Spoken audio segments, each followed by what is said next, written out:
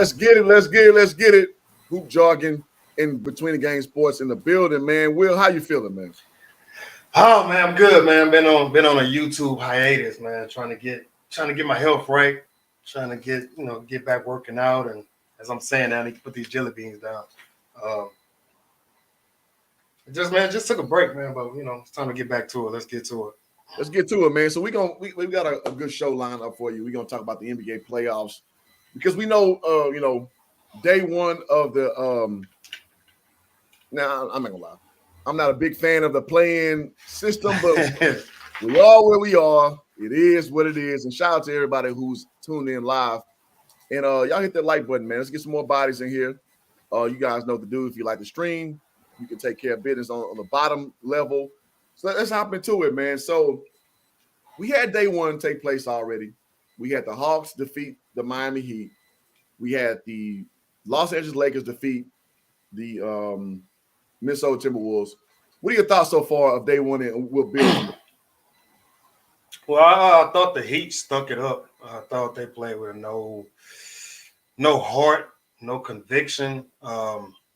Obviously, the Bam playing the five, in most cases that works. But when you got a guy like Clint Capella, who's a great rebounder, man, he's not just a good rebounder, he's a great rebounder. And the Miami Heat had no answer for it. They couldn't adjust to that. I forgot what it was, but they obliterated them on the backboards. And Kyle Lowry had one of those old Kyle Lowry games, but that's just not enough. And I can't remember what Jimmy Butler did, but from what I'm hearing, that he didn't do very much. But wasn't pleased with the effort that Miami gave, especially from a Coach Spo team or Pat Riley type of organization type of team. Just not something you're accustomed to seeing. The Lakers, disappointed, not really, but I thought that game should have kind of been over before, mid third quarter. They should have been resting guys, but from the parts that I saw in the first half, Minnesota was just shooting the lights out, man. I mean, and at times, man, when teams are shooting like that, there's nothing you can really do about it, man. You just kind of try to hope to stay within some type of distance, and that's basically what the Lakers did. I seen some of the third quarter. LeBron was kind of going off there, but AD with the stupid foul. I don't know what the hell he was doing. Being AD, yeah, like just a huge. I think LeBron called it a brain fart, man. That's being nice with it, man. It's just a stupid ass play. Why are you guarding the paint when they need a 3-pointer to tie the game? So I don't know, but Lakers are in. Minnesota has to play the winner out of the OKC and Pelicans game tonight. Can't really call either one of those games, but the Lakers are in. They get to go play Memphis, which is probably going to be one of the more intriguing series, man. Just overall, man, you got the Suns versus the Suns and Clippers, and then you got the California battle between the Kings and Golden State, man. So it's a lot of intriguing matchups. I'm excited, man. You know how I get with basketball season. It's rocking and rolling. Yeah, it's almost like now this is when like you actually start watching basketball for real. And I mean, because you can't hear me. Are we good? You hear me? No. Yes. No. Will, you hear me? Hold on, I'm my headphones. I can't hear you. Oh shit! All right, we build as we fly. Thank y'all for being a part of this stream. Sometimes with StreamYard, StreamYard does what it does. Sometimes you never know what you get out of it.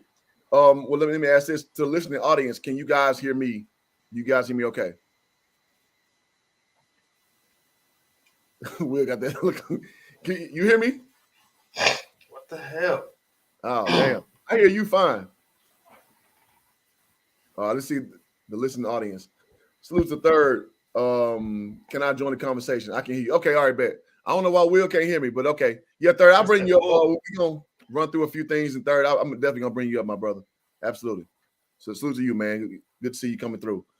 All right, so, and it's, well, come back in. We got to establish, can you hear me? You hear me? Oh no, you're gonna come back in. All right. So Will's gonna come back in, but I want to kind of crystallize what he was saying about some of the performances of some of the guys from last night, because what he's saying is absolutely so. And what he didn't say was Anthony Edwards had a horrible game. He shot 0 for 9 from 3, 3 from 17 from the field.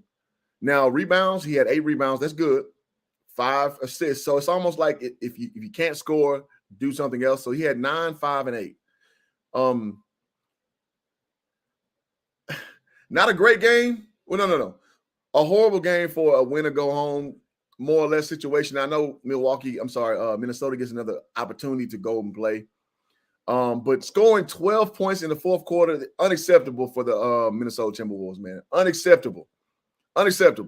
So now some people can say, okay, the fact that you set out, not Karl Towns. You set out Rudy Gobert because him, stealing off on a teammate, which, if you look at my videos, I put that video out 2 days ago. You just can't have that. You just can't have a guy who's supposed to be your leader losing your mind and punching off, on a teammate that late in the season. Like, just inexcusable. But Will, I see you back. Can you hear me now? Yeah, I can hear you now. But I caught the tail end of it. I think you're talking about Gobert. I don't look at him as a leader, man, because for one, I just take back at the instance of basically him starting the worldwide plague of COVID, when he was taking it not seriously and rubbing the microphones and doing all this other stuff. And then the next thing you know, he's the guy that basically shut down the NBA season. So I just don't look at him as a leader. I think he's a clown for the most part. I don't know many French basketball players, but I think he's a clown. Well, I think he has clown ways about himself, but ultimately, if you spend all those draft picks and all that equity that you brought him in, on some level, you got to have him to be a leader. Can you not hear me again? All right, Will got his audio stuff going on. But I understand that he's displayed that he's not the best leader. But again, for a guy that you bring in, that you expel all that capital for, a guy you bring in that you want to come in and be your anchor, your defense, being one of the older guys on the team, because the Minnesota Timberwolves is a very young basketball team, ladies and gentlemen, I think he should be a leader. And that's why I said on my video, I was like, it's time for Rudy Gobert to step up. So when you watch what he is, when you see what he does, I'm sorry, these damn Skittles, I'm sorry. I more or less, I want him to be a leader. I want him to step up and do what he do, because it's not fair to just hold guys like LeBron James, to hold Kawhi Leonard, Steph Curry, so on and so forth, to leadership capabilities. You got a guy like that, you got to have him held to some type of standard as well, especially if you spend that much capital. And when you juxtapose him with your boy, what's my man's name? Spider Mitchell, over there playing with Cleveland, doing his damn thing. Teams shelled a lot of money for those two guys. They broke up that faction in Utah. So I'm going to hold him to the same standard I hold Spider to.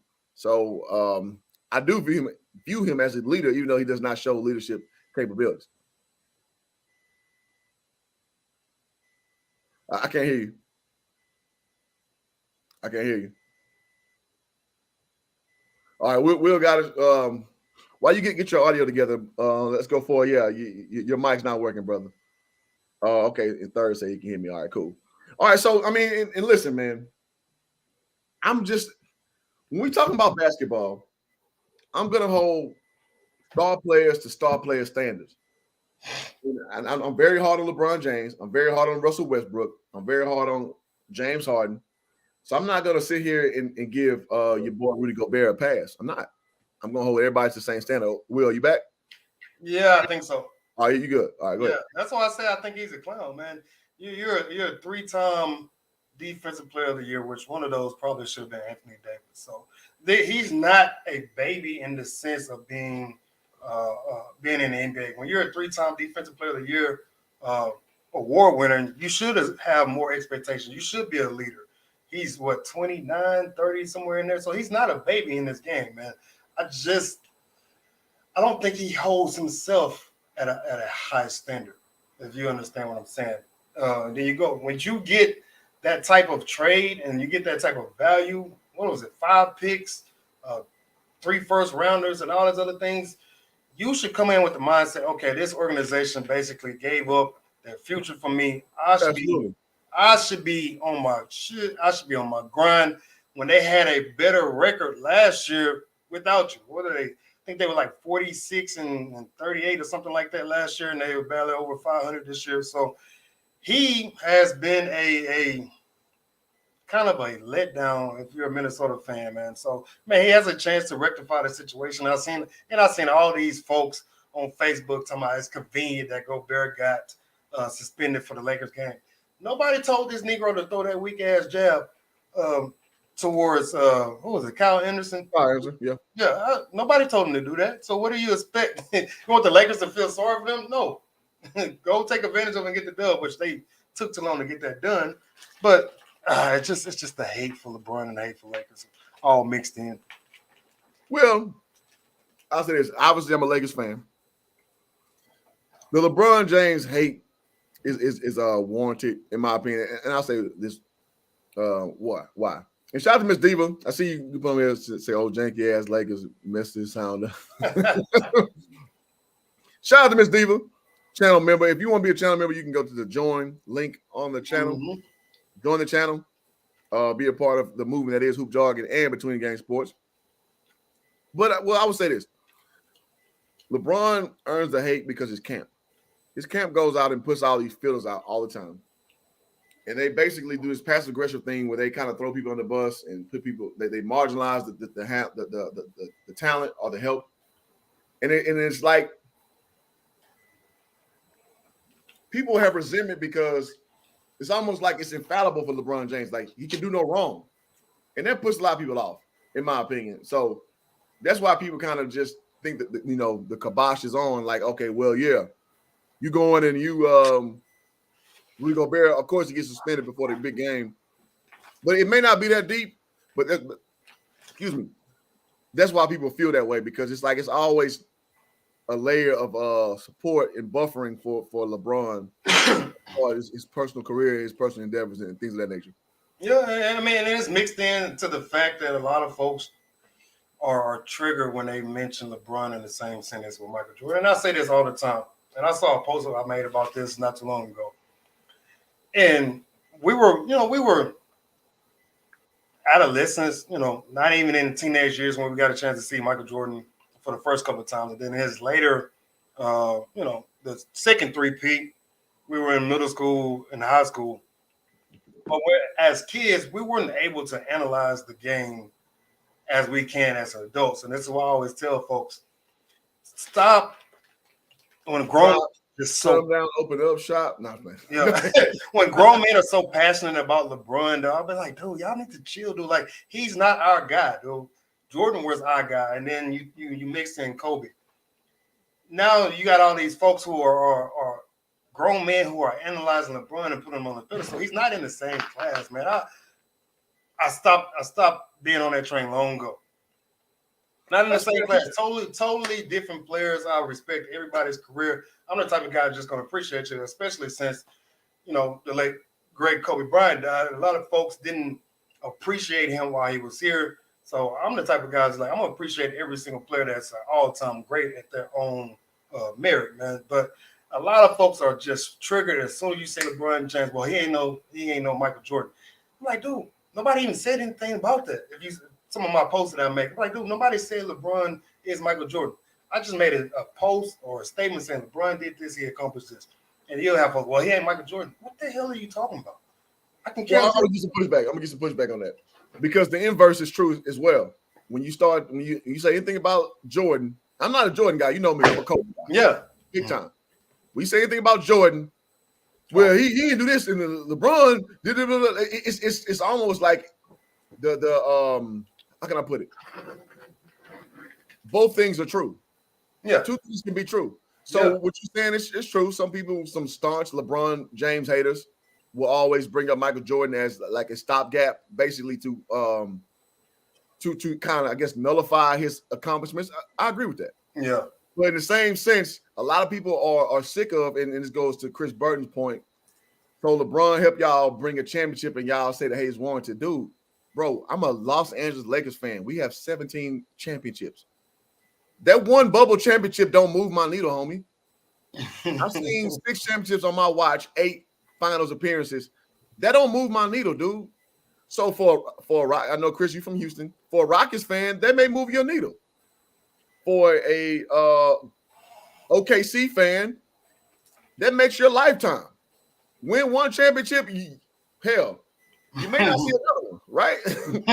For real. We talking about, you know me in my, adolescence to adulthood, bro. I've seen 6. I've seen 6.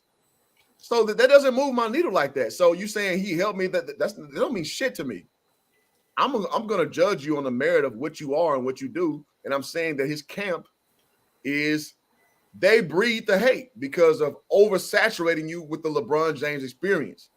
So now you say we unappreciative. No, dude. No. It's unappreciative. Bro, when you're used to, let me put it this way. Let's take a fine girl who walking through the Galleria. She walking through the Galleria. Some week, a month or so, some rich dude want to spend money on her. So now you, regular Dan, you want to spend some money on her because she fine. She used to it already. So you're not doing nothing that she's not used to handling already, right? So us as Laker fans, we're used to winning. So you winning one championship, that doesn't give you a pass to just do anything. No. Again, if you play for a lesser franchise that lost, that has not won a championship yet or whatever, bro, it's new to you. Like, oh yeah, hell yeah, damn, LeBron. So Cleveland, for that matter, Cleveland, he is Teflon in Cleveland for the rest of his life. Yeah, you're not that way in Los Angeles, homie. I live in LA. I live in LA, bro. No, that's not the case. That's just what it is. A shot of ghost, man. It's just good announcement. I mean, that's the reality that is being a LeBron James, a Lakers fan with LeBron James on your team. That's the reality of playing for the Lakers. It's not like playing for, the Bucks. It's not like playing for, Orlando Magic and so on and so forth. Like, so that's what it is, bro. Go ahead. Yeah, what folks are trying to do is they're trying to separate the two. They're trying to ascend LeBron over the Lakers in totality, if that makes sense. Like, the Lakers are the standard. Of course, Boston has I think the same amount of championships, but the 50s where they got their stuff at. Yeah, but the Lakers are the standard of the NBA, just like the Yankees are the standard for the MLB, Cowboys, and 49ers. So, but you can't separate the two. If LeBron is on your team, then you have to cheer. You have to correlate everything with the Lakers, not the vice versa, not the Lakers correlating with LeBron James. All right, I'm gonna get on Chris' ass. Chris, I love you, but you on some bullshit right now, bro. And I'm gonna say this because I had an executive that I know for a fact for the Lakers organization. This information came to me 2 weeks ago that he's not revered in the Laker pantheon, bro. Literally, an executive I know that works for the Lakers, saying that his career don't hold no weight with Laker royalty, bro. So I know in your mind, because you're a Lakers fan, you a LeBron fan, that you're trying to kind of circumvent that adulation to him and saying we should be appreciative. But I'm saying in reality, no, that's not the case. Because I know for a fact, a person who works for the Lakers, that he don't have no weight like that within the franchise. So that I will impart to you, to your sentiment, that it's cool to type that stuff, but in reality, no, that's not the case. That's not how he's seen in the franchise. Let me say that. Shout out to Rap Dog, man. Good to see you, bro. Mm-hmm. Yeah, I got LeBron and Kobe 1 and 2 all time. I would say that LeBron, D-Riders are crazy. I'm most respectful LeBron fan, common sense, hoop jog. Yeah, well, I don't know about 1 and 2. I got LeBron. Here's the funny thing. I don't even like LeBron like that. But I got him at 4. I got Kobe at 11. Right? Now, as far as skill set, I got Kobe way above LeBron. But we talking about career and accomplishments. I got LeBron at 4th best player that touched basketball. So there's no bias in my take. My bias is based on what you produce. That's it. That's it. In reality, that's it. and you still stuck on this hip. Y'all win a championship. Who gives a fuck? Who gives a fuck? We won a whole bunch of them, bro. We won a whole bunch of championships. Who gives a fuck? He bought us one championship in a bubble. That doesn't move the needle, bro. Yeah, a lot of folks don't understand that, man. We can go all day about this. I'm gonna go off on Chris, man. I like Chris, but Chris on some bullshit today. Hey, listen, man. I got time. Let's get back to the playoff topic at hand, man. Hit that like button, man. Let's get some more bodies in here, man. Because I don't mind pushback, but when you don't make sense, that's what kind of grinds my gears. Go ahead, Will. No, I was just saying, let's get back to the topic at hand. I know we kind of veered off from to LeBron and the Lakers, man. But there's so many other teams in this, and a lot of folks are saying Lakers have a legit chance. But like I said before we went live, I really don't even know who I can pick as a favorite, man. Like I said, if Chris Middleton was fully healthy, I think Bucks clearly win this kind of with ease.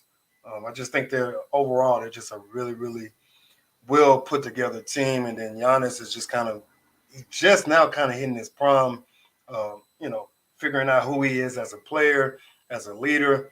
Brook Lopez, for God's sake, all of a sudden he is a sniper from downtown, and Jrue Holiday has a chance to win Defensive Player of the Year. So I think the Bucks, if Chris Middleton is 85% healthy, man, I think they run away with this thing. But health is always something that plays a part in this time of year. So, man, so many teams that kind of push through and get this thing. And I've told folks Denver is a team that I've never feared. If I'm any team in the playoffs, I don't fear Denver at all.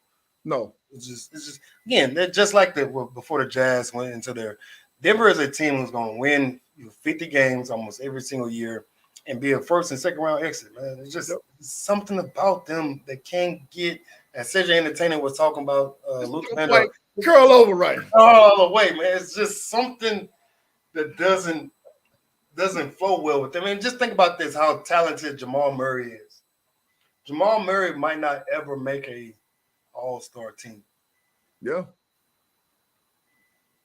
that's crazy to me. I mean, he was ascending, to stardom, kind of Denver type of stardom.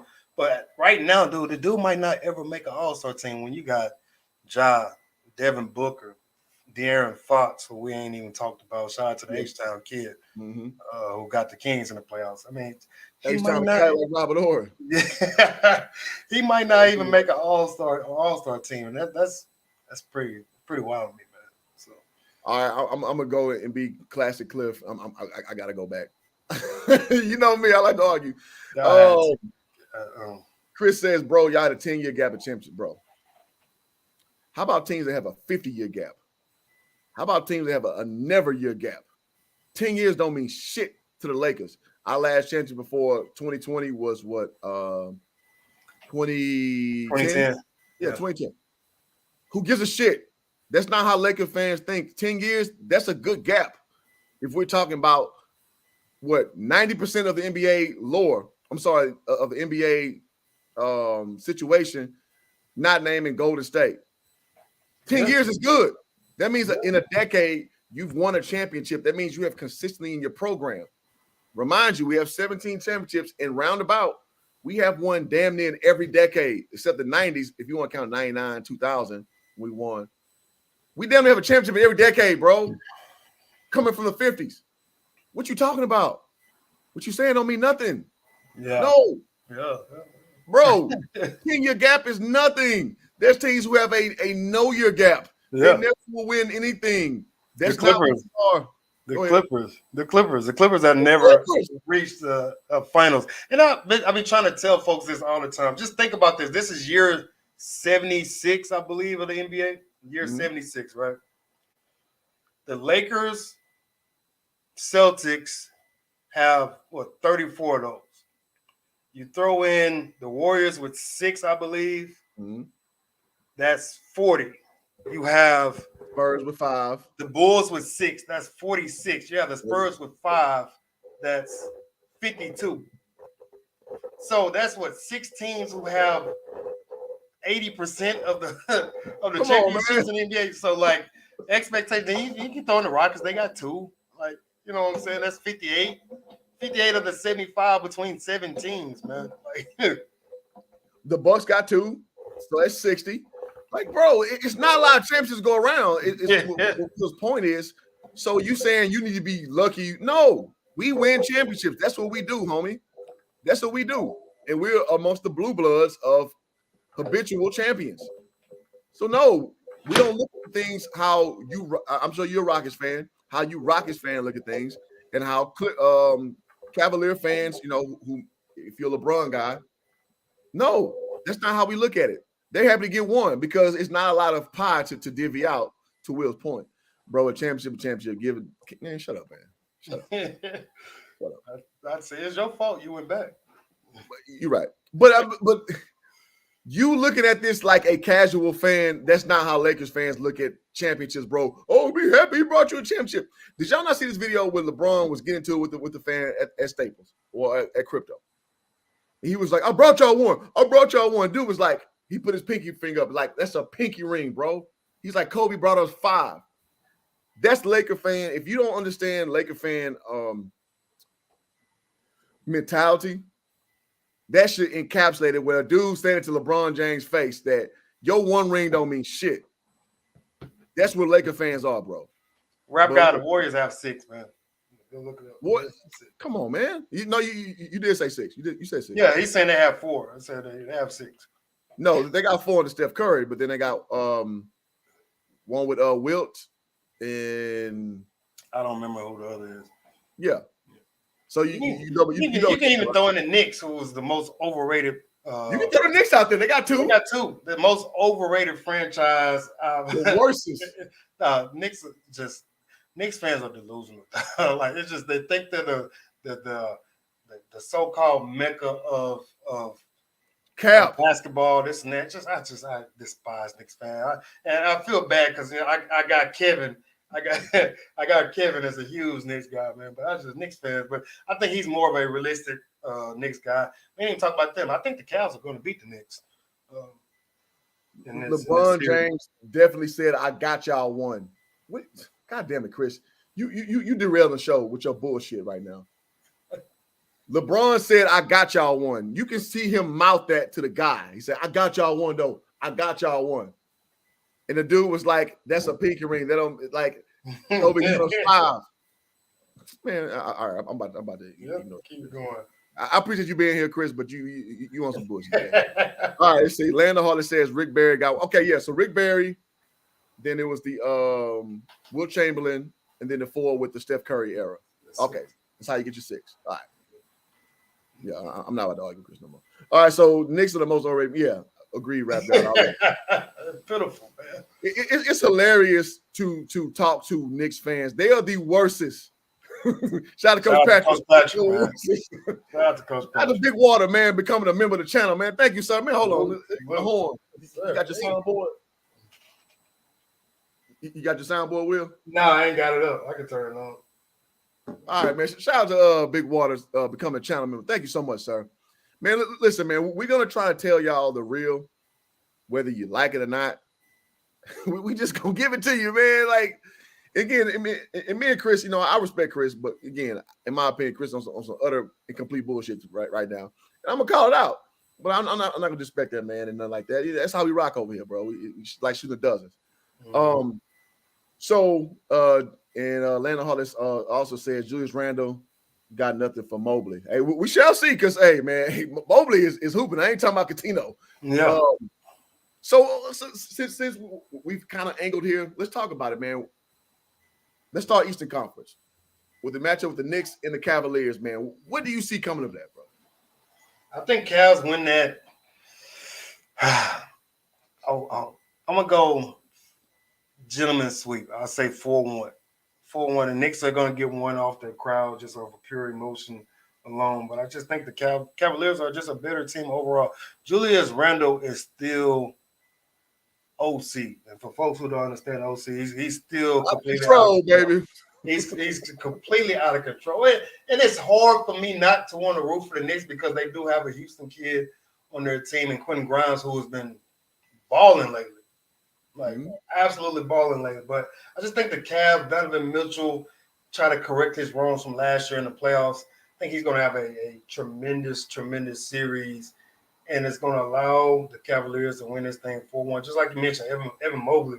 I don't think the Knicks have any answer for him. Who was that? Mitchell Robinson, who's a guy that can kind of throw at him here and there, and then Julius Randle as well. But Julius Randle's going to have to carry too much of the offensive load. Now the Knicks might get hot, but I'm still going 4-1. Yeah, same here. I think, the Cavaliers have been a pleasant surprise to the NBA. I'm not going to lie. I hate their jerseys. I hate their colors. It's vomitous. Bring that word back. We used to use that in high school. It's like vomitous, man. that champagne red, they call it, with the gold. Yeah, whatever it is. Yeah. But I like what they're doing with that young team with Darius Garland, and I like what that is, man. And, and I like the fact that they're still hooping without Kevin Love. I know they bought him out and he's playing with the Heat right now. He was struggling.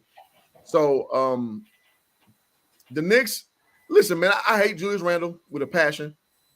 Been obviously a Lakers fan. I just hate his game. I'm glad we got rid of him. But I got to give him his props. And then Jalen Brunson going over there doing his thing. So salute to the Knicks being in that, the talk of relevancy again. Kudos to them.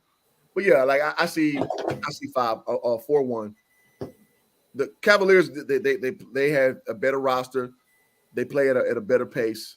And they don't have a ball stopper like Julius Randle. To me, Julius Randle is a good player to have to get you numbers, but he'll get you beat. So yeah, I'm definitely going. I don't know if Evan Mobley's going to dominate Randle and nothing like that, but he's going to play smarter brand of basketball.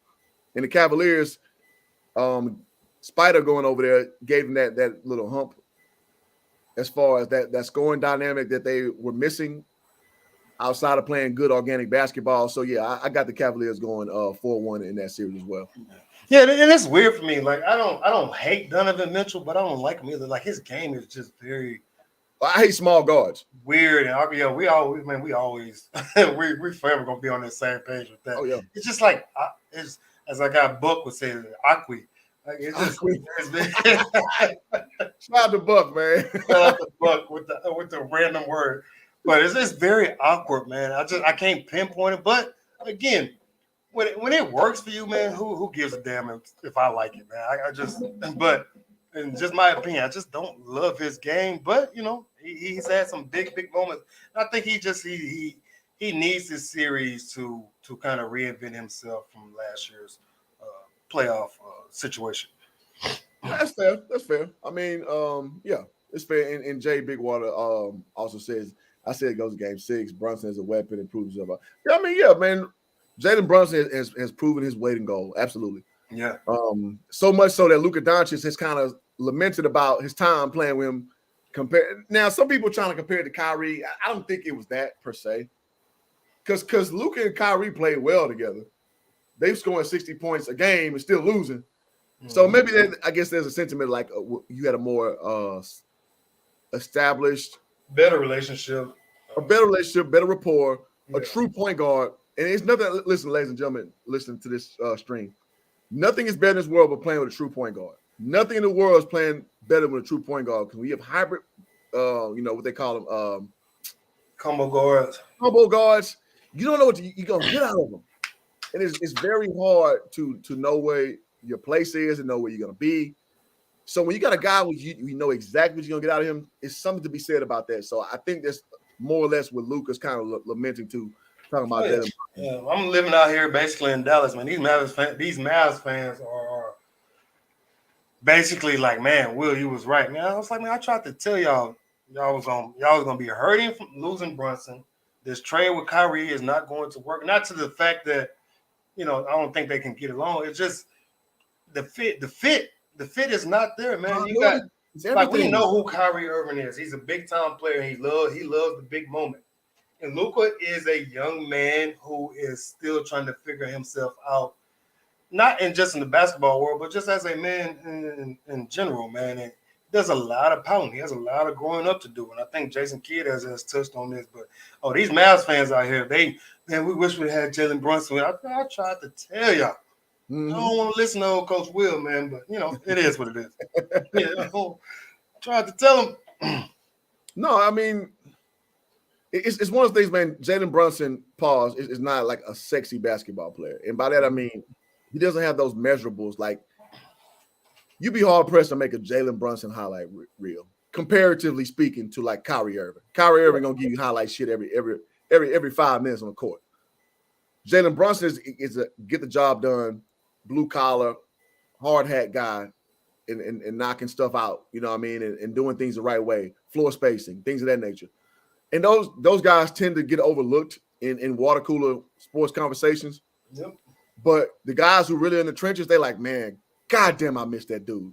Because you don't appreciate it in the moment, but when you get something different, you like, man, I wish I had that dude back over here, man, because he just makes things so easy. Yeah. And that's what Jalen Brunson is. You know what's weird and why I rock with Jalen Brunson is exactly what you just said, because I was that guy. Didn't fit the measures of a true, didn't really have a position. I played guard because I was, short. But coaches look over those type of kids because they don't fit the measure. But at the end of the day, Jalen Brunson is a guy that just knows how to play the game of basketball, i.e. the comment I made the other day about the young kid out of Port Arthur, Texas, and junior that plays for the Memphis Grizzlies. It's just a kid. He's a big 6'6", 200 and some pound kid. Didn't get the looks that he was supposed to get. Went to Louisiana Tech, showed out, this and that. But he's a young man who just knows how to play the game of basketball, man. And those are the type of dudes that you want all the time. And then Jalen Brunson was that guy, man. So, I don't feel sorry for Mavs fans because I'm not just the biggest Dallas lover. But, I tried to tell him, but, oh, man, we don't need him. Okay, you'll see. He just knows how to play the game of basketball, man. That's it. You need those guys all the time. Guys like me, goddammit. You call them glue guys. Yep. He's a glorified glue guy because he's not like your technical, your classical glue guy, like your Tayshaun Prince of the world or your Prince from Detroit kind of guys. They'll never be a marquee guy. Jalen Brunson has that it factor where he can be the guy on the team too. Yeah. He can turn that flame on. No, he's a smaller guard. So, I mean, I don't love smaller guards, but he plays his role, which I have no problem with. So Jay Bigwater says Mavs have no point of attack on defense. I'm sorry, no point of attack defense, nor good perimeter defense. Mavs lost a ton on the defense with the Kyrie trade. Yes, because and you mentioned to Darius Finney-Smith that they lost, which was a big loss. Mm-hmm. So it's almost, and Jason Kidd, man, I think that the lecture is out on Jason Kidd. He's not the greatest coach defensively. I mean, he's blown it. This is probably his third blown job, if we're being honest. So yeah, I mean, you need guys who play better than your coaching is. And I think losing Darius Finney-Smith was a big loss. He's not a marquee guy. Obviously, any casual fan would say, "Oh, Kyrie Irving over Jalen Brunson." I'm sorry, not Jalen Brunson. Well, him too, but Darius Finney-Smith. Oh, that's a throw-in. Who cares? But when you look at the team dynamic, that's a huge part of what the Mavericks were with his team defense and things of that nature. So absolutely. Yeah, I would have thrown Reggie Bullock because I just he's on Kent Bazemore type level for me. You know how much you love Kent Bazemore. I don't even think Kent Bazemore is in the NBA. So somebody has finally seen what I've been seeing about Kent Bazemore. But it is what it is. He got further than I ever did. So I try not to harp on him too much. But you know how I feel about that guy. Yeah. Christian Wood was another guy. I think Ghost just mentioned him. Christian Wood. I told Mavs fans about him. I'm like, no, he's soft. He light the ass, bro. He doesn't want to do anything but shoot the basketball. I think he's a heavy liability on the defensive end. But, you gotta see a 6'10" guy that can shoot and all this other stuff and help Luka out. Yeah, man, whatever. All people care is about offensive numbers, but listen, man, and that's why I don't like Nick Wright. Nick Wright he has like counting numbers that he talks about. Oh well, they got to be able to score this amount of points. Blah blah blah. Like no. Basketball is deeper than that. Basketball is more about team dynamic. It's about where you fit in, how do you fit up with the matchup, and things of that nature. Mm-hmm. That's what makes you a good basketball player, and that's what makes the team dynamic excellent. if you check the boxes with that, and cats like Nick Wright, Shannon Sharp, it's all about just counting numbers. Like, that's not how you play basketball. Oh, well, you scored 14, 16, and 30. Well, you got to average. No. It's about how you got those points. It's about, do you understand that when you don't have it going, can you do something else? Can you be a person that's going to get organic points? And the analogy I love to make is with Tony Parker, man. People like say, oh, man, Russell Westbrook averaged this amount of assists. He a better passer than Tony Parker. I'm like, bullshit. Tony Parker is a guy who understands facilitation, and that goes beyond the realm of just straight assists. Yeah. You pass the guy who passes to the guy who gets the assist. You get guys in their proper places. You get it there. And you know how you attempt Tim Duncan, you let him work and operate. It may take longer than 5 seconds, so it's not an assist for you, but you understand to get the ball to people at the right time to make the right play to elevate the team dynamic. And that's it's very hard to explain to some people who only deal with stats. which is the day and age that we live in, the analytical sports world, man. Like, again, I understand it. It's giving guys it's giving some people an insight to the game, to sports, since we're talking about basketball, to basketball, that they can't understand from just watching the game. So I get it. But at the end of the day, what is your eyes telling you? If you call yourself a basketball fan, what is your eyes telling you, man? And dang, I hate harping on Russell Westbrook, man. But the dynamic was wrong, man. You both said as soon as he got traded to the Lakers, this was like nope. Like, the dynamics was wrong, and that's why I said if LeBron was able to win one with him, I'm putting him in my top 3 automatically. He's borderline in there somewhere. But if he'd have won one with Russell Westbrook, I'm putting him in my top 3 automatically. But why do you say that? Because Russ is a guy who just doesn't get it overall. And he's played better with the Clippers. There's far less pressure. I've told folks all the time, to play with LeBron James, man, you have to be kind of emotionless. You can't get too high, you can't get too low, because they're not going to give you the credit when you play well. They're going to give it to LeBron. But when you don't play well and you don't make the shot that he passes it to you, then all the blame comes towards you. So you just kind of have to be even killed when you're playing with the likes of LeBron James. And that's not a Russell Westbrook type of teammate that LeBron should have had, which was Russell Westbrook. He doesn't understand fourth quarter IQ to this day. What is this year, 14 or 15? Yeah. Still doesn't understand. And like I said, he's played better with the Clippers. I haven't seen very many games of the Clippers, but from what I'm understanding, he's playing a little better. But we just knew, like, being basketball guys, as soon as he got traded, no, this is not going to work, man.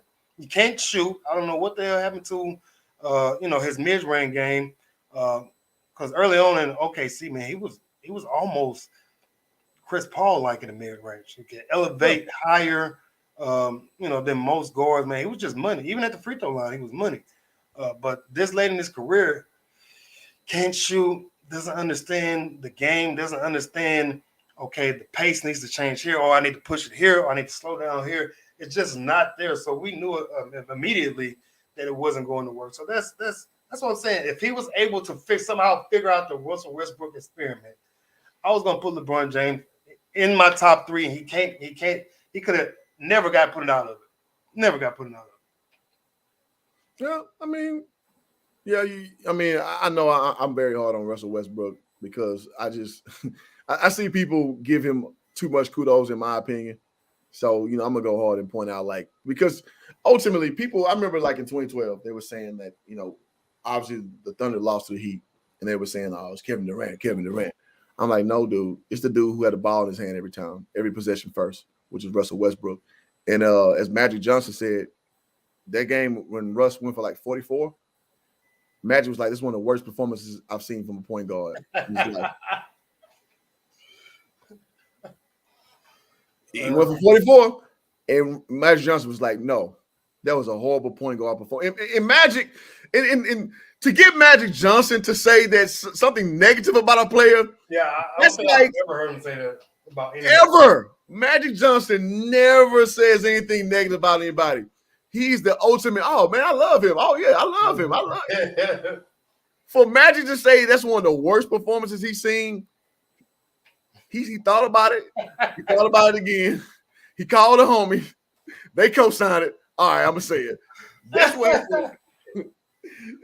With me, I ain't got no filter. And do I have the resume of Russell Westbrook? Absolutely not. No. But I'm gonna call it how I see it, no matter if people like it or not. So when Magic is the ultimate pacifist, he says that's one of the worst performances he's seen from a point guard.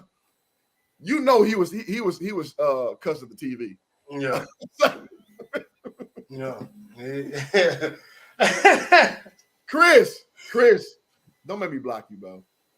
Who is they? Honest LeBron fans give credit, bro. There are not a lot of honest LeBron fans, homie. The general consensus. So you're saying off of Will's little soliloquy he went on. Will is not as strong on LeBron that I am as far as critique. Yeah. So you're saying that from Will saying that because people tend to give LeBron the credit and not the players. That just shows how biased you're being with LeBron, bro. Because me, I'll let you have it. I don't care. LeBron fans are the freaking worst. Y'all the worst, bro. And I'm not saying all LeBron fans, but damn near 99% of y'all. Yeah. Y'all have this propensity to always elevate him when they win. You give a harsh critique to the help. Infallibly. Rodney Hood, Kevin Love, Chris Bosh. Let's keep it going, right? All these dudes, it's their fault. It's their fault. Oh, well, King don't have enough help. And it's always after the fact. Y'all never want to pin success on him on the front end. And I have big issues with that. I just do. Miss D even know what I'm talking about. Y'all are the worst. So when a guy like Will, who don't have a bone to pick with y'all, says that and you got issues with it, bro. Yeah, and I'm a LeBron guy, actually. I actually rock with LeBron. I'm not. So if you say it, all right, fine. I'll explain myself. But Will is a like I know you LeBron guy, but I just know you play it down the middle like stringent. Yeah, I rock with him only because he's been in the spotlight since he was 14, 15 years old. Mm-hmm. That's pretty damn hard to do, man. To be that consistently good over the years, and people are like, oh well, his style of play dictates how he dictates his stats and this and that. At the end of the day, somebody got to do it. Like, oh man, LeBron ain't got no moves, this and that. Well, shit, you don't. He for a guy who had no moves, he's the all-time NBA leading scorer. So Kareem only had one move, so he ain't no moves either. Yeah, so it's just like that's why he ain't never considered the GOAT. Yeah, so again, I'm a guy who usually plays it down the middle, and I'm always gonna play down the middle because I understand both sides of the spectrum here, man. But LeBron has a lot of failures, he has a lot of success, but he has a lot of failures too, man. So I can call him out on it. I definitely can, man. He's had some very, very shrinkable moments. 2011 is still kind of hard for me to just like, damn, dude, like. You was that so amped up and telling Skip Bayless he was wrong, this and that you just basically went on vacation for 4 straight games. Like, went to bed, bro. It's just 4 straight games, man. So, it is what it is, man. He's year 20. He has a chance for number 5.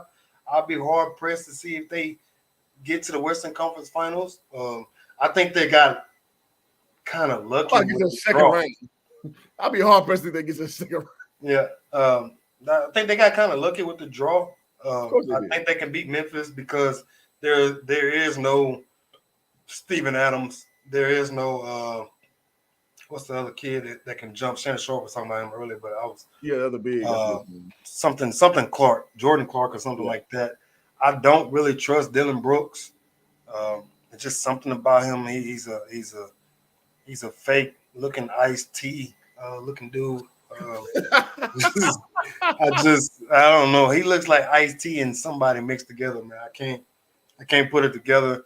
Ja's gonna do Ja things, but I think right now, as the Lakers are constructed, they're just a better team. And so, who would they play in the second round? Either Golden State or no?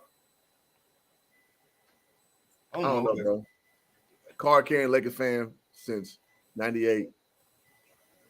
I think from a matchup standpoint, what you're saying does not make sense. I just think continuity matters. The Lakers have continuity issues. Luckily, to come back from 15 points down yesterday, that's cool. D'Lo having a horrible game. LeBron having a horrible game. Mm-hmm. Anthony Davis balling the hell out. Was he like 38 and 17 or something like that? That's not gonna be what we gonna normally see, bro. Yeah, Memphis played good with Ja, without Ja. They're just a better team overall, in my opinion. And I just don't see in the 7-game series when you start to key in on attackable points, weaknesses as it were. I don't see Memphis holding it. I don't see the Lakers being able to out strategize somebody, especially with a rookie head coach in Darvin Ham. I just don't see it. Yeah, but if you can get 5 games of AD being engaged, locked in, 28 and 15, 30 and 12, I think they can get that, man. I think they can. Somebody just said they'll play either the Clippers or the Suns. We didn't even talk about them. The Suns, their biggest issue right now is just for somehow, I don't know what Chris Paul did to whoever made his body, to God, whoever, Allah or something. Just this time of year, something about Chris Paul, just his body just said, all right, that's it. I'm out. Done. Over with. Yeah. So it's just, again, this is the most wide open I've felt the NBA has been in a while as far as who's going to win it, man. So, I agree with that. and we ain't even talking about them light-skinned dudes over there in the Bay. Yeah, when we ain't got the year, we gonna get there. So Jake says, yeah, again, corrections and appreciate new channel member Jay Bigwater for that. Appreciate that, brother. Rap God says Lakers in 6. Jay Bigwater co-signs that. I don't, man. I got Memphis in 6. Again, I think in a series is more predicated on, do you know a person's tendencies and can you execute what you do? I think Memphis has shown with Ja or without Ja, they can do that at a higher level. Lakers have shown that when AD is balling his ass off, the Lakers do well. I know that Steve Adams will be out this series. I just find it hard to believe that Memphis doesn't have a plan for that because AD's soft as baby shit. I like AD. Listen, I'm an AD guy, but I'm honest. AD's soft as baby shit. When he's locked in, right? So, in all true honesty, Minnesota, even with Anthony Edwards playing bad, they should have beat the shit out of the Lakers yesterday. I don't think Memphis makes that same mistake. I think they have a better culture. They have a better team. Obviously, the records show. And so if the Lakers barely got out that game at home, they're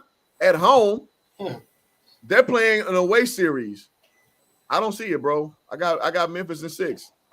Sorry. That means Ja has to be incredible for 6 straight games. No, I don't think he's been incredible. He just has to be Ja. Because I'm not counting on Desmond Bain. I'm not counting on him to go off. And he might. He might. Who else? Luke Kennard. Sniper. Doesn't move the needle for me. Jaren Jackson Jr., Triple J, what they call him.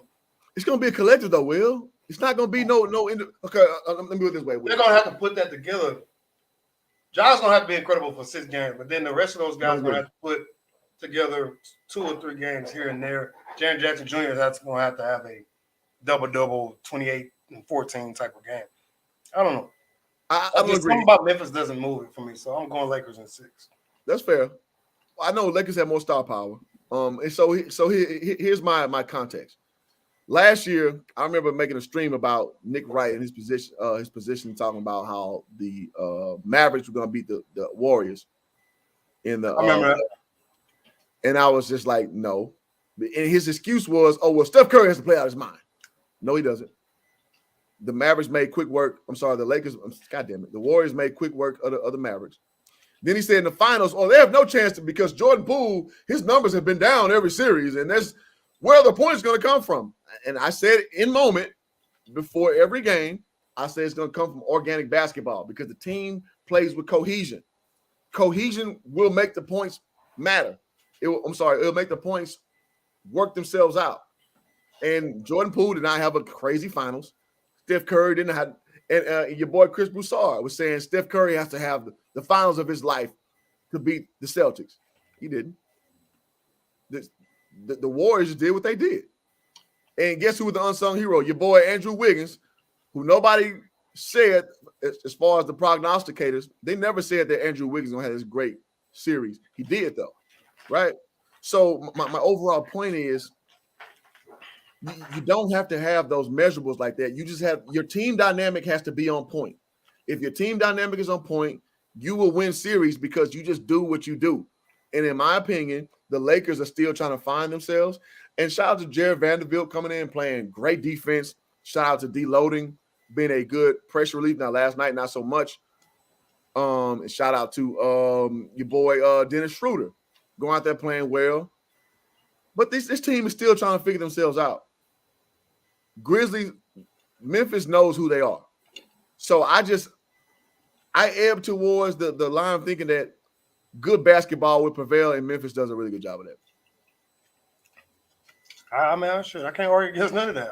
We'll see. I'm still going Lakers in 6, so we'll come back to this definitely for sure. We'll come back to it. Let's move on to another series. So we talk about the Battle of California, of the Bay, North California, Warriors versus Kings. Man, what are your thoughts? Yeah, well, one thought is that they have the most expensive playoff ticket ever.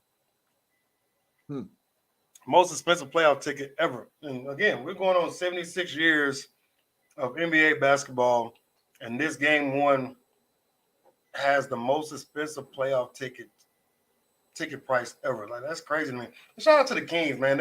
It's been 20 years of them trying to get back, to the promised land. Yeah. Was it rough?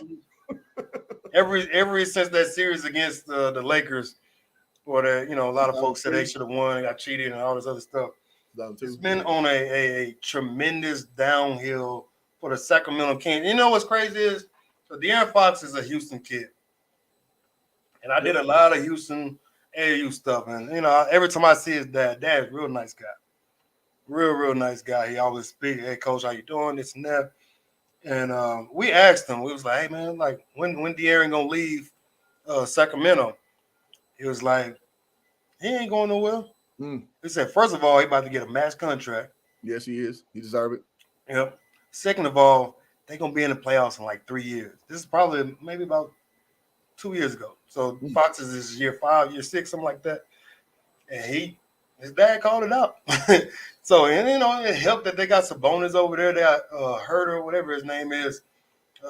Guys is playing well. They're not playing great defense. And shout out to Mike Brown. A lot of folks thought he was crazy for taking the Sacramento job, and he instantly changed, the culture with Sacramento, man. So I think it's going to be an up and down series, man. I think it's going to be. Did I lose you again? No, let me ask you this: Is this not an indictment on how bad of a coach that Luke Walton has been? Stinks. 2 coaches have cleaned up his messes and have won. Luke Walton sucks, bro. Stinks, man. But when your dad's a Hall of Famer, man, you're gonna get a chance to.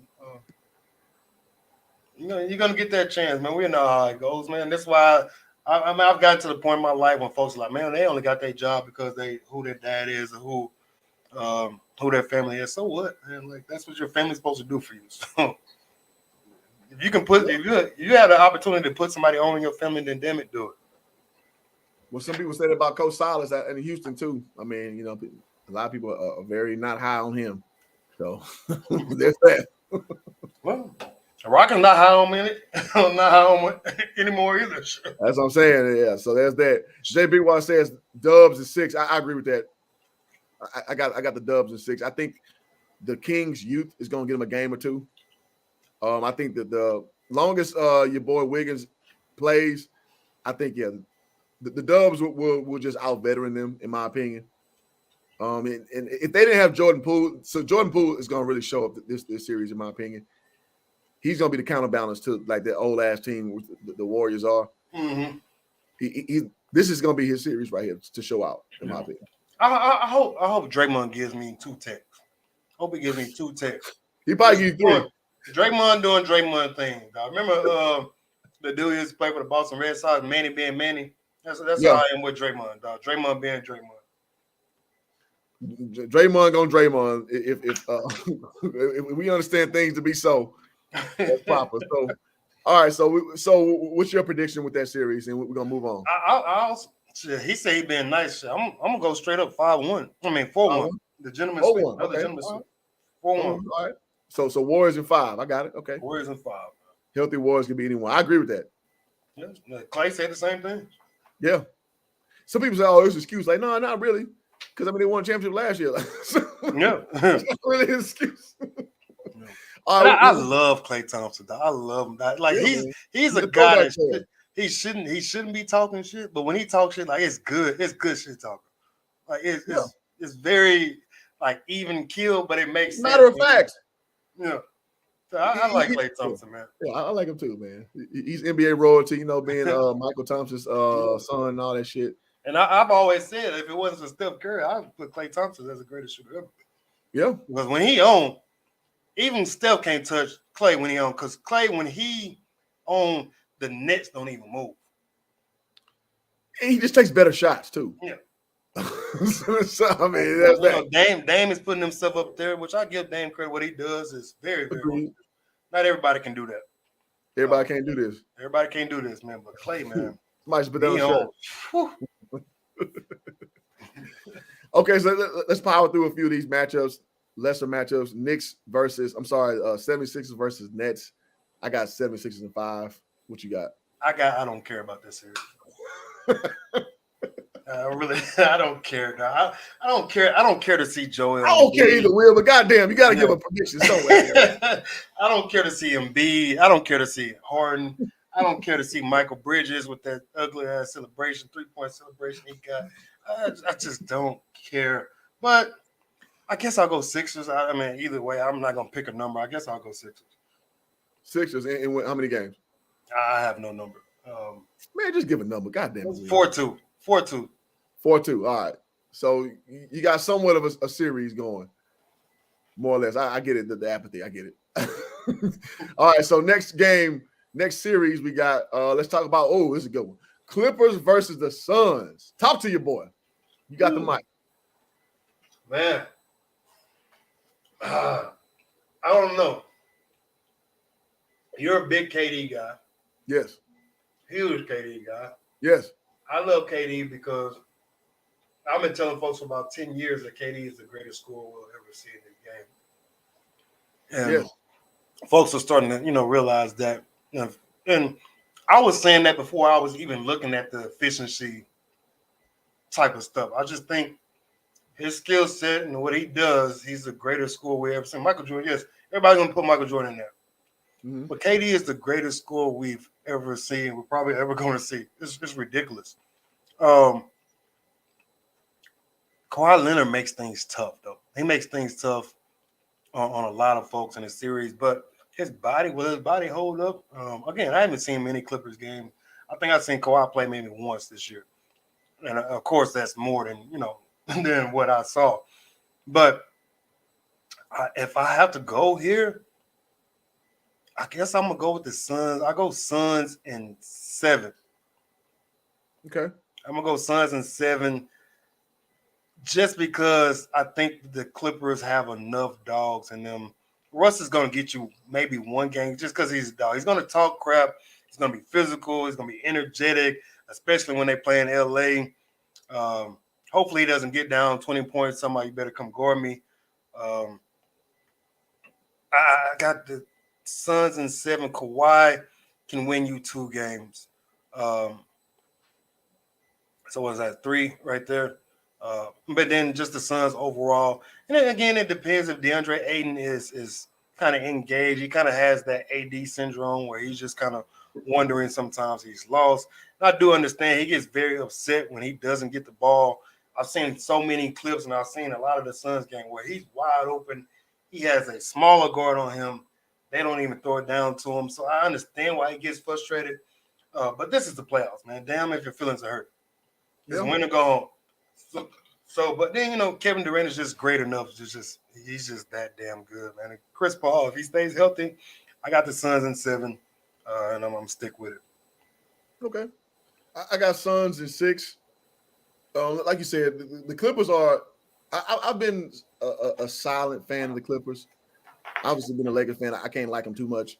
So, I like what they do because even with guys out, the Clippers come and play hard every night.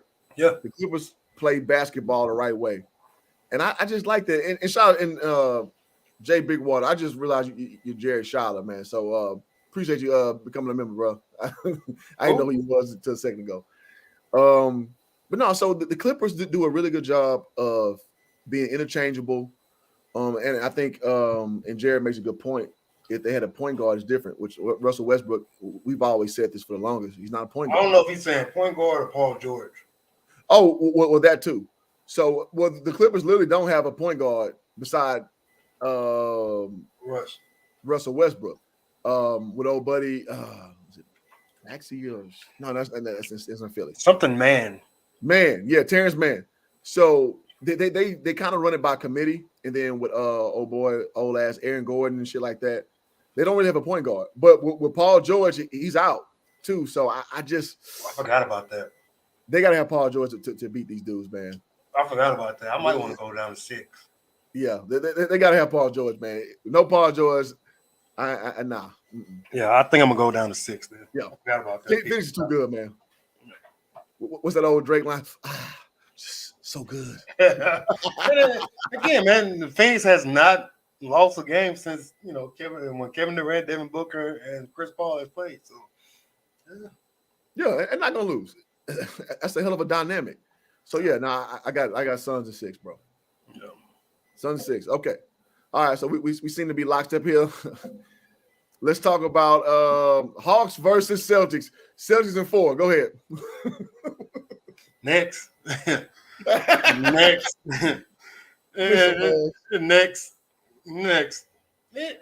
Trae Young is no. Trae Young is a guy who loves being the bad guy. I get it. He embraces that role really well. I think he embraces that role better than anybody, maybe since Reggie Miller. Well, Kobe. Kobe embraced the villain role a little bit. Yeah, so people just but Trae Young has a flair, he has a knack for embracing the villain role. I want to go sweep so bad. And I hate going sweeps because I'm a fan of basketball and I hate when series end early. I would love to see all of them go 7. But I know that's not right. So, but my heart is telling me Celtics in 4. Too much Jaylen Brown, too much Jason Tatum. And if Robert Williams is playing, I think he negates, Clint Capella. Atlanta really hurting from losing. Funny, Atlanta is hurting from losing Herter from last year. I don't even know if Bogdanovich is still playing, whatever his name is. But yeah, I'm going Celtics in 4. Yeah. I got nothing past that. Trade the part. It's gonna be an ass whoop. Hey, how my man say on Holiday, take this ass whooping. Personally, come on Saturday. See, somebody about to be rich niggas. You see what I'm saying? That fool Richard Pryor talking about, I do now. Man.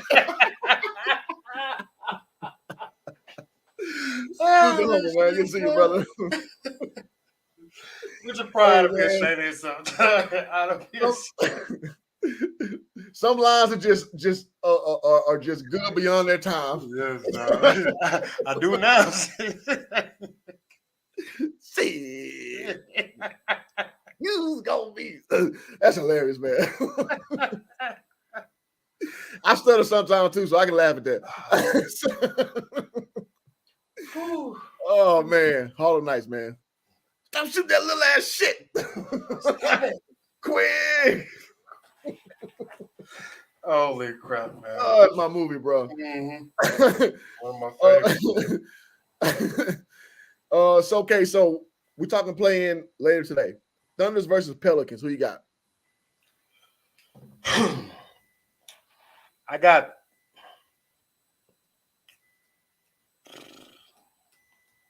I'll go for it. I like CJ McCollum. I do. I like Brandon Ingram.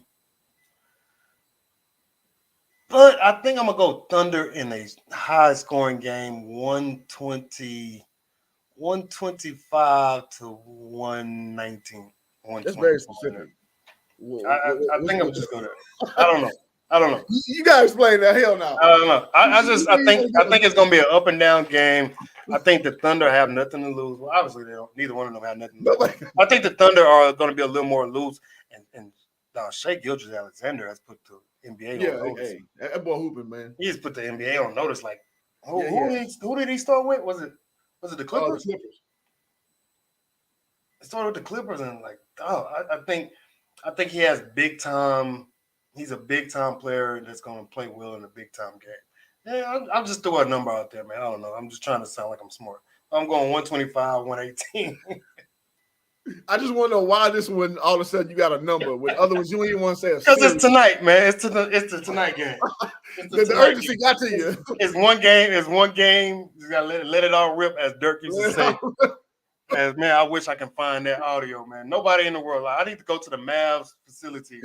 And ask for that, man. Nobody in the world. It's like what is it? The Mandela effect. Like nobody else. It's like never really happened, but it happened. Nobody else remembers that but me and you, dog. Yeah. They say let it all rip, man. Man, I don't know why that was so funny to me, but it was hilarious to me. Damn. Okay, so update, ladies and gentlemen, the Bulls are up, or they're down to the Raptors 77-61. So it seems like the Raptors will get that 7 seed. No, the Raptors will play. They will play Miami.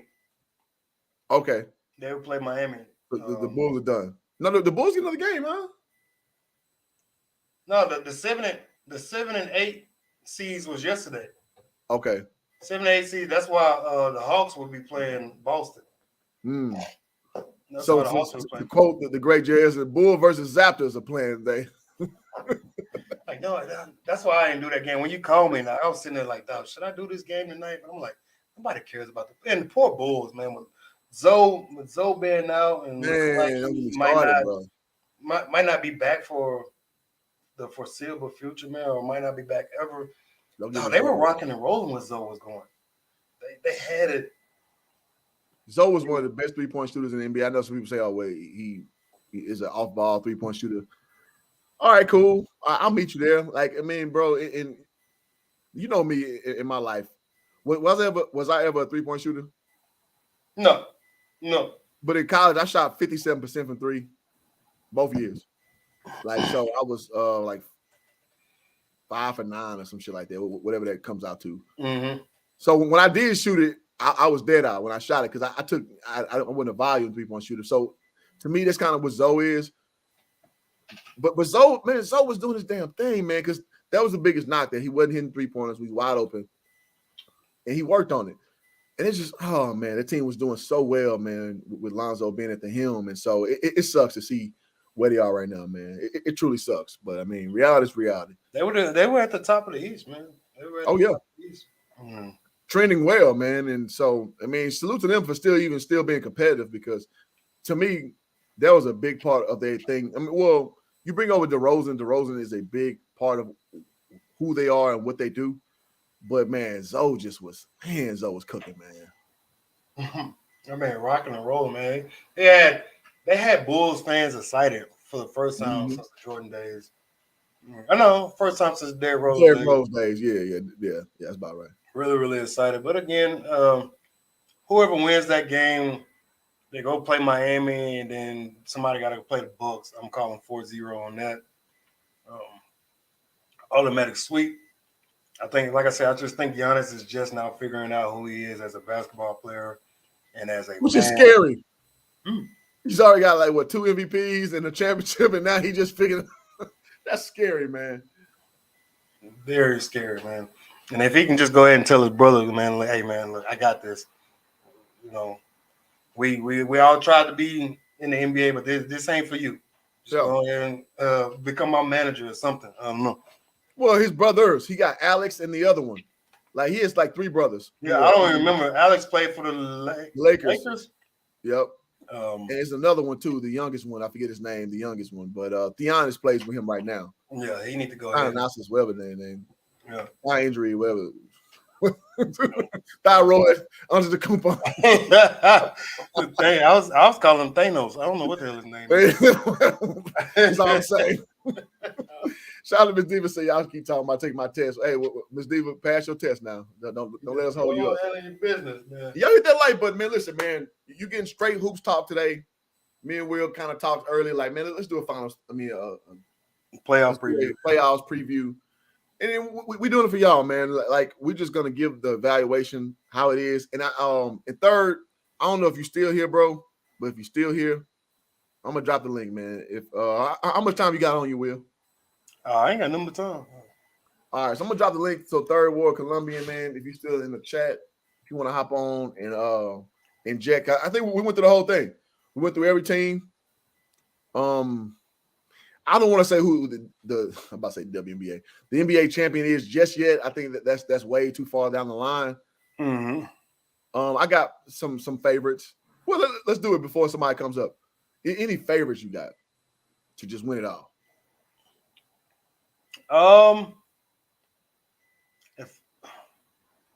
If I'm gonna be honest, and I guess I gotta roll with this. If the Warriors are completely healthy and Andrew Wiggins should just be decent, the Warriors are going to repeat.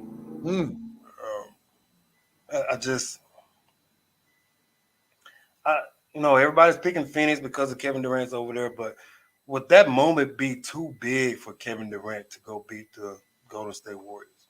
And it just might be. It just might be. And again, like I said earlier, if Chris Middleton is fully healthy, then I'm rolling with Milwaukee because nobody on the Warriors can give any issues to Greek Freak. Nobody on the Warriors. And then Chris Middleton has just kind of figured himself out as being the number 2 guy and just makes big shots. And Jrue Holiday will play well. He's not one of those guys who's going to, he's not going to be the reason you lose a game. Yeah. He's not going to put you in a bad position like, damn, man, point guard just like totally blew this game, i.e. a D'Angelo Russell yesterday or a Russell Westbrook. But, then he's a guy who can go. He had a 50-point game this year. So nobody in the East could mess with Milwaukee if they're fully. And let's be honest, man, if Chris Middleton was healthy last year, they probably repeat. What is it? Is it 2 years now or 3 years now since they won? Who's that? Milwaukee. Is it 2 years? 2 years. 2 years now. Yeah, so the Warriors won last year. So, if Chris Middleton's healthy last year, I think they repeat. So, I guess heart wants to go with Milwaukee, but my brain is saying Warriors wins it. They repeat if they're completely healthy. And Andrew Wiggins is, somewhat decent. Yeah. Well, I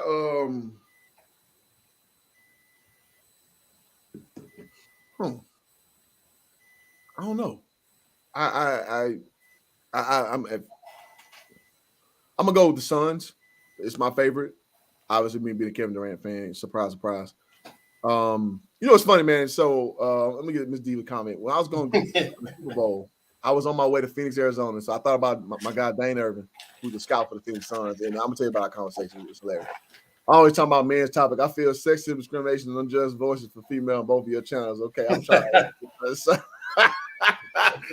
Oh, Miss Diva. Hilarious. Oh, Miss Diva being Miss Diva.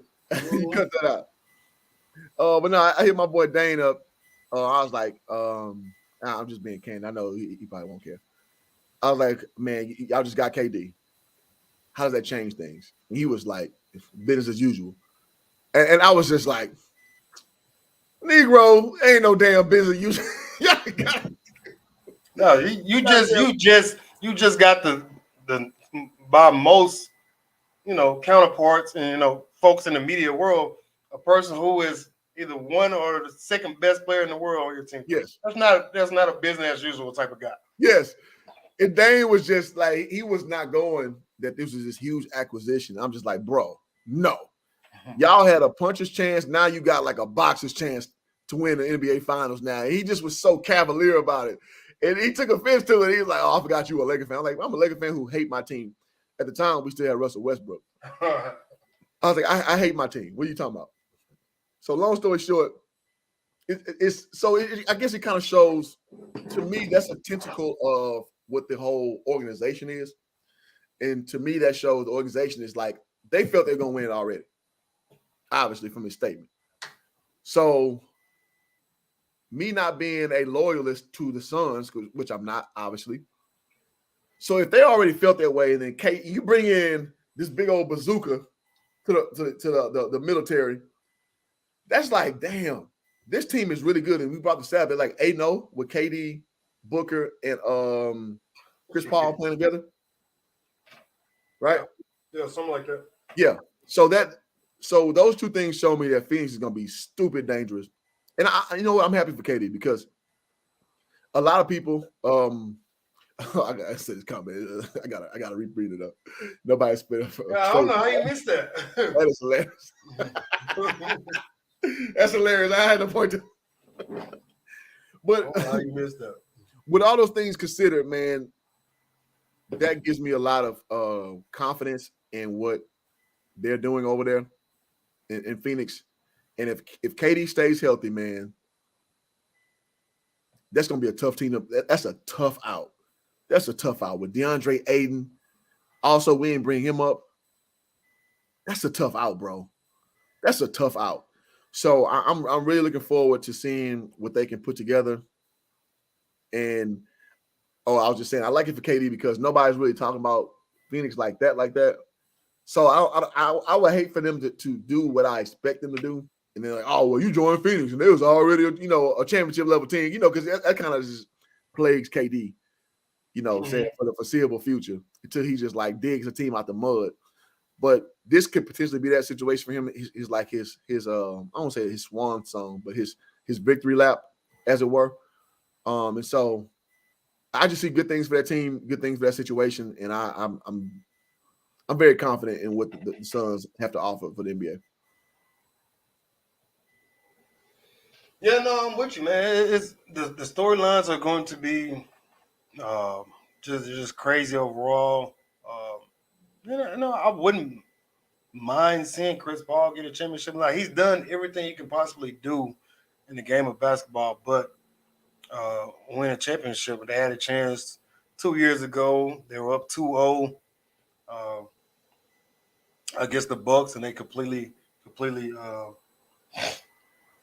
folded. And the rest of that series, I don't know what Monty Williams was doing. They made no adjustments against Greek Freak for those Final Four games. So, this is a redemption. This is a chance for Chris Paul to say, man, like all the naysayers, like, y'all say I couldn't get it done. And, he gets a championship, man. No matter how you slice it, you only got one because you got KD on your team, this and that. So what? I still have a championship. So I wouldn't mind it. But my brain is telling me to go with the Warriors. Okay, I'm not mad at that. I mean, Tinga wins out. They won the championship last year, so I'm not. That would probably be my third pick. So I would probably go, like I said, with the Suns, Bucks, Warriors be my third pick. So we ain't too far off. Yeah. Ms. D, we got a question. Say, I need y'all to answer this question for me. How are collegiate athletes making more money in NIL deals than professional athletes? And if a collegiate athlete is either $5 million, do they have it already? Well, I'll tell you how. So, the market has shown that players are more marketable on the female collegiate side. I'm sorry, in the female sports side and the collegiate level. I think at the WNBA level, could the same companies offer these athletes? Absolutely. That they've shown that they don't, because the bigger audience is at the collegiate level. So you want the player to represent your brand while they're at that level. Yep. Because what they're ultimately saying is when you're professional, people tune you out then.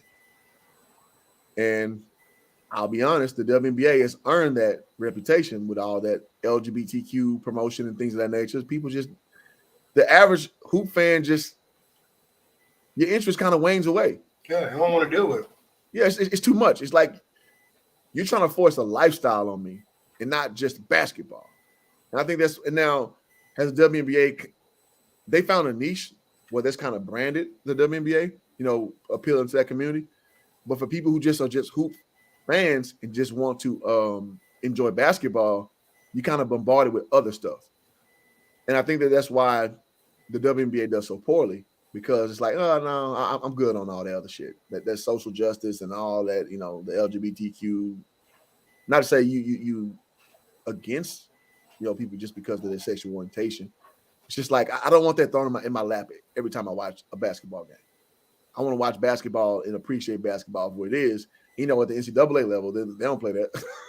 It's straight about the hoop. So I think that's why you see the disparity with the NIL, with ladies are making that money at a younger age, because when they cross over to the professional ranks, it turns to a different thing. Yeah, I don't know if she was directly saying that towards female athletes, but like in the WNBA, man, like you said, they have their what they're trying to push, this and that. I think the WNBA plays good basketball. I really do. I think they play good basketball, but from the average fan, which is mostly males of a sport, if they want to see that, they'll go watch the NBA. Like, so if the WNBA wants to get, we talked about this before, the WNBA wants to get what they want to get, somehow you got to appease to all these women that are in the world, because women outnumber men, as we all know. So you got to figure out something how to gain attention from the women that's playing basketball and the women that's watching basketball. Because at the end of the day, men can always go watch men's basketball. It's a more, it's like you're going to see dunks. It's a better product. Highlights, and the NBA took years to get to where they're at. And I think what's happening is folks, and just like we are in society, folks want instant gratification with everything, even though the WNBA has been around 25 years, something of that nature. But it's going to take some time to grow, man. You got to continue to keep pushing the movement, man. We don't have time to go to WNBA games, this and that. WNBA, I don't even know if they sell jerseys. Anybody in the chat know, do they sell jerseys or they They do? You're more likely to see a Big Baller brand shirt than a WNBA jersey. Yeah. Everybody hating on LeVar. I've seen, no bullshit, I've seen more Big Baller brand shirts in my regular life than WNBA shirts. Jerseys, rather. It is what it is. It just is what it is. And then, and we talked about this before, most of your original teams, WNBA, don't even exist anymore. The Houston Comets, which is your champion, your first 4 years as a league, don't exist anymore. The Los Angeles Spartans might still be there. Orlando Miracle is gone. Seattle Storm, I think, is done or some shit like that. Detroit Mercy is done. No, Seattle Storm is still there. The Detroit, San Antonio Sparks are gone. San Antonio, no, not Sparks. It was something else. I mean, San Antonio. See, that's bad. How about I say something bad? Let me stop. The Sacramento Monarchs are gone. Yeah. So a lot of your original teams don't even exist anymore. So what do you know? You go to another city, you get another team. What are you doing now? You're basically starting over. You're starting over. And as far as she asks, do they get the money now? I have no idea how the NIL works. I love it that college athletes are able to get money. I love it. The transfer portal NIL does open up a lot of things. There's a lot of good and there's a lot of bad, especially with the transfer portal for folks who don't understand that. But I also understand that I'm cool with it. I'm cool if a kid wants to go and see if he can get another chance. But you also got to understand with that, what you're risking, man. You enter that transfer portal, that's also, 2,000 other kids that's entering the transfer portal, plus the high school kids who are graduating within the next year and a year and a half. So it's I don't know, but I do love it, man. Look, when we was in college, man, there were some fans who tried to give us money and stuff like that. Yep. It's just, man, again, goes back to what we've been saying so long ago. There's no such thing as a student athlete. These are athletes who happen to attend school.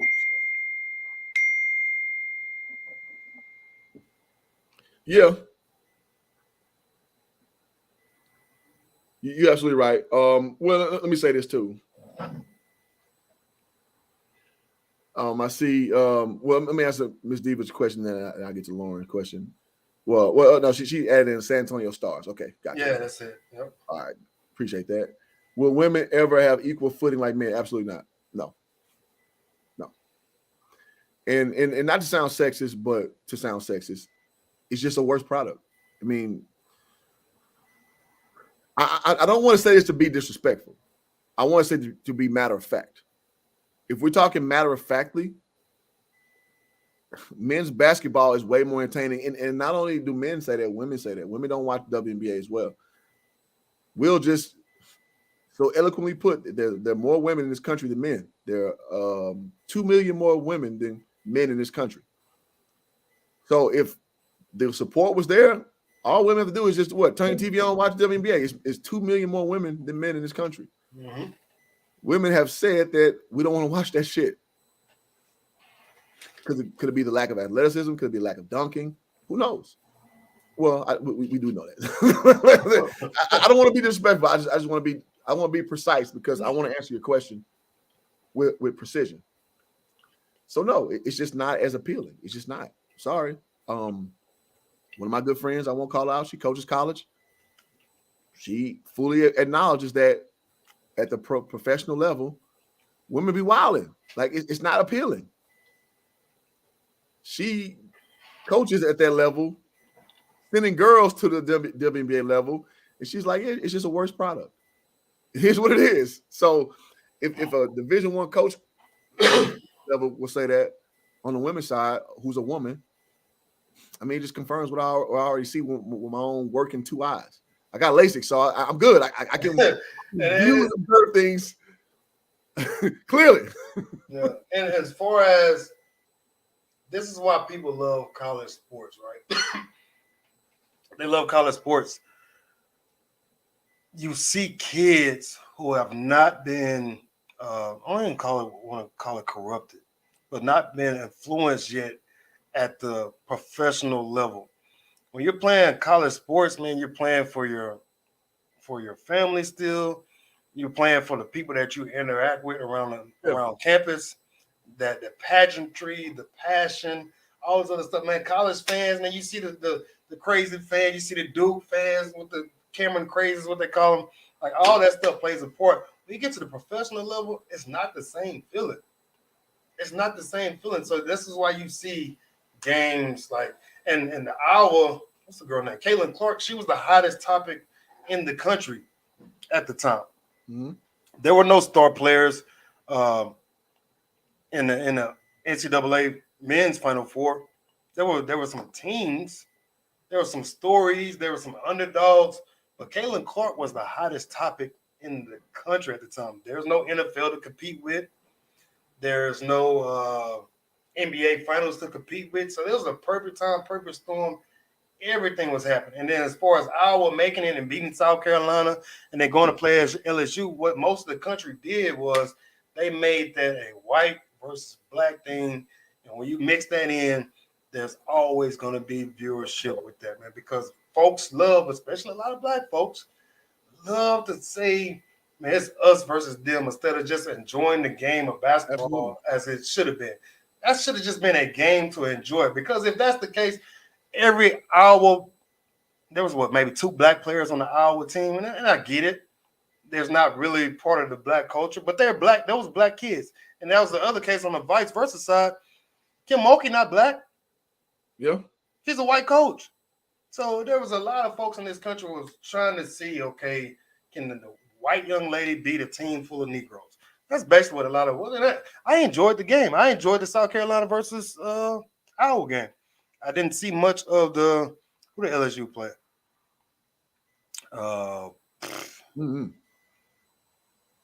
Damn, I don't even know. I don't watch girl basketball like that, so yeah, it's. I forgot who they played in the Final Four, but it was a perfect time, a perfect storm.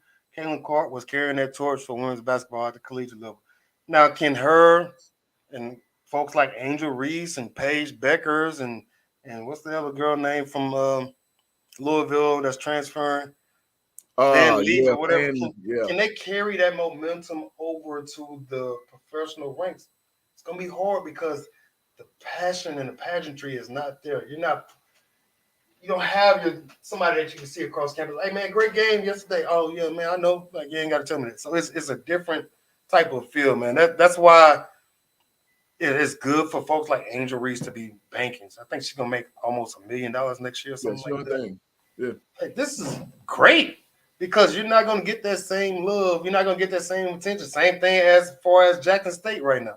Jackson State was the hottest thing in the country for 2 years. A lot of folks capitalized off of it. My channel grew. Your channel grew. Yep. But Caitlin Clark, Angel Reese, this is their time and moment, man. Take a pure advantage of it. And if other folks are in women's sports and collegiate sports, they better get on that train. Get on that train because, man, Drake said it in the song one time. I want to say it's Tuscany Leather off that Nothing Was the Same album. He said a verse in there. He's like basically saying that all these rappers that are hot now, we'll see where they're out. We will see where they're at 10 years from now. Mm-hmm. And truth be told, a lot of those dudes that was hot at the time when Drake first came out, Lil Yachty and all of them are gone, long and gone. So you better hop on it. Another Drake verse was with DJ Khaled in them. He was like actually saying, "What's up with all these new Negroes? Why they think this all comes so easily?" It comes so easy. Yeah. Yep. So you know what I'm saying. So it's a lot of truth in that, man. So you better get it while he's here, boy. That's what he basically said. So it is what it is, man. I hope we're not offending anybody, but we're just being very, very honest and open about sports in general, man. So I don't care about offending you, me personally. I don't care. Ian Kidd says, "What's up, man?" Shout out to Ian Kidd, man. Y'all subscribe to my guy, man. Well, my guys, two brothers, man. They do sports commentary and things of that nature. Ian Kidd podcast. Appreciate y'all coming through. Let's see, Miss Diva says, "So there should be more promotional efforts by the NBA." No, it's not the NBA job because the NBA already subsidizes the WNBA, meaning they already fund the WNBA. So no, and they actually do a lot of promotion. They do, and they got the players who go. Okay, let's talk about it. Here's what WNBA do is to mess this up. You got guys, well, ladies like Skylar Diggins who talking about why is Harrison Barnes paid so much? Blah blah blah blah blah. Because people want to watch Harrison Barnes play basketball, not you. Skylar Diggins have to be, a beautiful woman. She had a great career at Notre Dame. Nobody want to watch you play in a WNBA uniform, ma'am. So y'all go and shit on these dudes who try to help you out, right? And then it's just like, ugh, like I don't even want to help you now. I remember when I'm gonna give 3 examples. Luka Doncic said something where he didn't remember the chick's name or some shit like that, and the girl went off on him. Yeah. Thirdly, Andre Iguodala had that issue too. Andre Iguodala. He said, "Oh man, number 6 is nice." And the girl said, "Oh, number 6 got a name." Like, dude, no, that puts people off because in men's basketball sports world. 23, oh man, 23 on South Carolina State. He nice. You know what number 23 would say? Oh man, good looking, bro. Women have this complex where you want all this respect that you ain't earned. And that puts people off.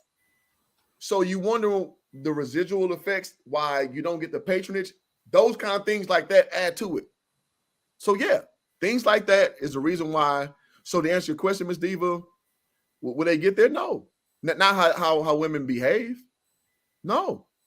Because people can say, so you got dudes like Shaq who's pandering. He said that Angel Reese is the greatest athlete out of LSU ever. Bullshit. Have you met yourself, Shaq? Have you met a dude named, I don't know, Jerry West? No, Pete Maravich? Yeah, Pistol Pete, yeah. He met Odell Beckham Jr.? Huh? Have you met Joe Burrow? Jarvis Landry? Have you met these people? What are you talking about? So it's disingenuous. And so people know it's goofy.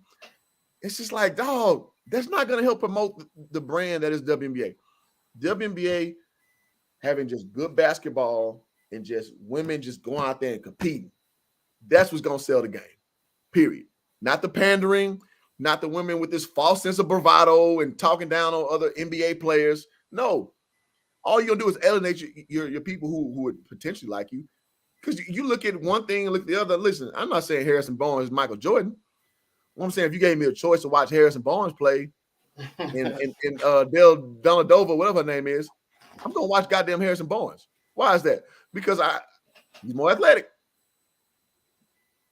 I'm going to see more action watching Harrison Barnes. That's the long and short of it. It's not about sexism. It's about what do I watch that I aesthetically, what am I pleased to watch? That's it. So Lauren says, what about NCAA Women's Elite Eight and Final Four games have more views than men? Yeah. And I think we'll kind of lace that out. The storylines were better, but those are more your one-off or anomalies.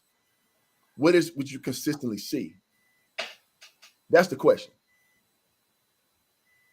Ms. Diva say, I don't like the double standard between sports. Well, life is a double standard. Yeah. Us as men, when we go to the club, we ain't getting in free.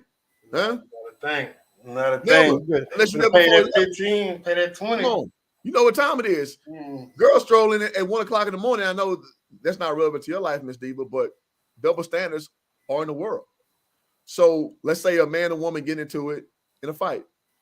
Let's say the woman is totally wrong. Slap off on the dude, slap him, hit him. He walking away. She hit him one too many times. That dude just wham, lay on the floor. How are people going to interpret that situation?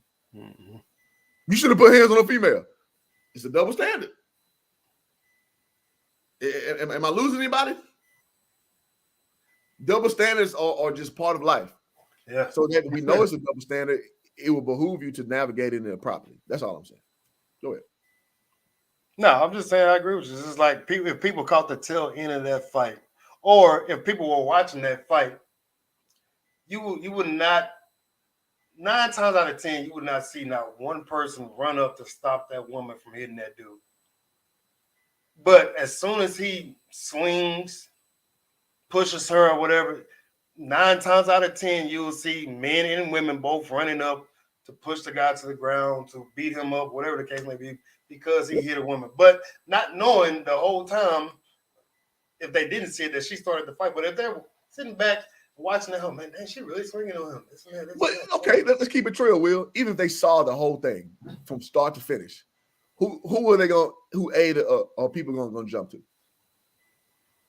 Let's say they saw everything. Yeah, still going to jump to the woman's head. They gonna still jump to the woman's head. It's just reality, bro. Like that's reality, man. That's all I'm saying. You might not, but you're looking to get into something for free. Yeah, nothing free. Like men don't control sex. Yeah. I can't put you over, club you over the head and throw you over my shoulder and take you home. That's not how I go. I got to buy you drinks. Huh? I got to buy you drinks. Strike up conversation to something that you want to hear. I can't be some weirdo who don't know what to say to you. Right? No. Even still, that theory don't hold no weight. Yeah. Still doesn't hold no weight, Mr. Stephen. Huh? How the hell do we get to this? Well, we here, goddammit. So I'm just going to just... Oh man. Okay, let me say. AQ says the pen open. Yeah, it's open, man. It's in the chat. I would say, who's your dark horse? Who's your dark horse? Dark horse. Ooh, I like that. Dark horse. Go back to my graphic. Celtics. Celtics are my dark horse. Extreme dark horse. Oh, I hate to say it. 76ers. God, oh my God, man! It would just pain my heart so badly to see James Harden. James Harden win a championship, man. And again, I don't like Embiid, man. I think Embiid. He would be even better if he was stopped. He has the AD syndrome. Like, y'all too big to always end up on the ground. Why and how are y'all always on the damn floor? And even through all that, Joel Embiid led the NBA in scoring. Like, bro, just stay off the ground. I guess that's my biggest issue with just stay off the ground, man. So just stay off the ground. I'm sick of him flailing and rolling and all this. Yeah, I don't love that either. I'm over it, man. Just get out there and play some damn basketball. You I know, don't love James that Harden is. I work James Harden camp, man. I told you back then when you said, I think somebody asked him a question like, what is your goal when somebody's guarding you or some shit like that? You remember what he said? To embarrass them. Exactly. Exactly. I remember to embarrass them. So, that told me all you know. That was 10 years ago. That told me all you know about James Harden. Like, yeah, that's when he first got to Houston. It was like literally like within 2 or 3 months we worked this camp. Within 2 or 3 months. So it definitely showed in the game. And I'm gonna give him a round of applause because even through all that, man, he's done something what a lot of folks can't do. And I know we're in a new age of pace and how they grade assists, man. He's a 3-time scoring champion and 2-time assist champion. That's damn impressive. So I'm gonna give him his kudos for that. Yeah.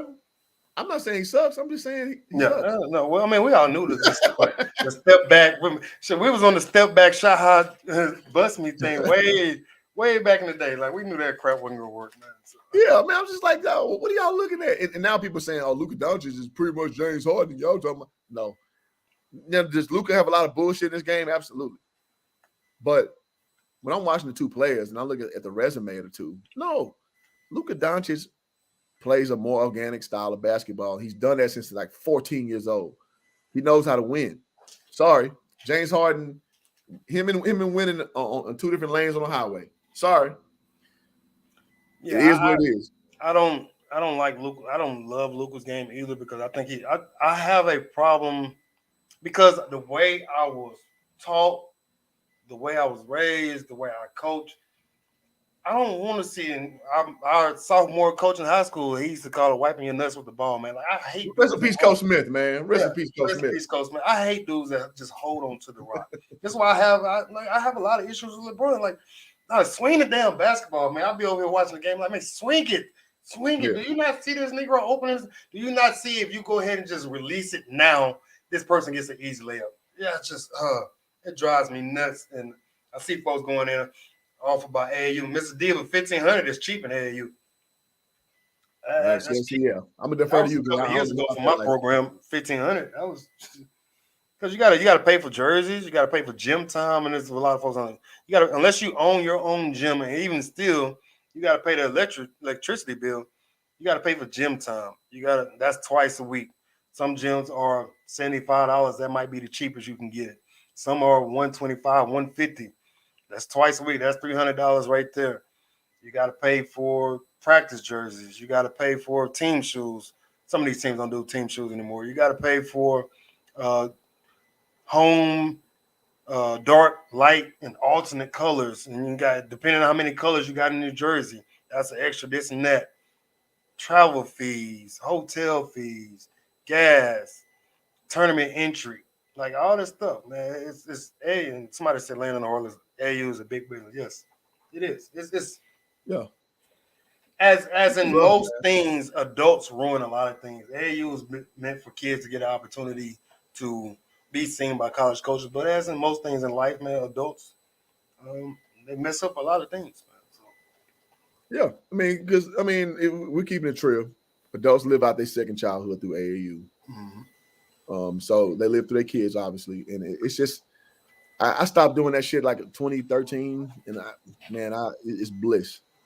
I've been out of that, man, and I like the fact that one of the kids I coach, he's doing well. He just graduated from Texas Southern, John Walker III. He's about to try to make his way in the NBA and all that good stuff overseas. Yeah, he was my last crop of players I dealt with. That was back in 2013. So 10 years later, with COVID and all that stuff, he's like 24, and he's just finishing up. But TSU won SWAC 3 years in a row, so it's cool to see that product finish out. With a kid that I helped out, kid that I was with damn near every day, yeah, and all that good stuff. But other than that, it's AAU, man. I hate it. I hate everything that AAU is. It's tough, man. I honestly love AAU, and one is because I miss doing it, and then folks have been telling me for years to start my own program, and one because they know I can coach. Two, just know I'm gonna do it right. I'm gonna do it the right way, man. And I don't care about getting sponsors and all of this, so which is great. I don't care about the political side of things. I'll get out of it if it ever came to that. But it gave me my fix of not coaching in high school because I should have been a high school coach. But it gave me my fix of coaching, man. But again, just seeing those, like you said, seeing those kids get a chance to go play at the collegiate level, whatever level it is, man. I've had two pros. Um, I had about 25 to 30 helped. I've helped. Let me rephrase that. I've helped about 25 to 30 kids fulfill their dream of playing collegiate basketball or football or baseball, whatever the case may be. So it gave me a little, boost or a spark to see those kids live out their dreams. I've also had a lot of failures, and man, I've had some kids who didn't take my advice and um, you know doing some of the things that they weren't supposed to do, and they're living lives that is not suitable to be a citizen in this country. And I feel a certain way, like, man, maybe I let them down, but then I sit back and realize, man, they have to make their own decisions. So it's always up and down with coaching. I have a kid I had in 7th grade who's no longer alive. He made his own choice, man. Tried to rob somebody and got killed. Yep. It's a kid who I personally would drive home because his parents wouldn't come pick him up on time. Mm-hmm. So me living on the north side, me coaching and working on the north side, living in the Galleria area, I wasn't gonna sit there and wait another hour. I just took him home. And he's a good kid, man, but he made bad decisions and he got what he got.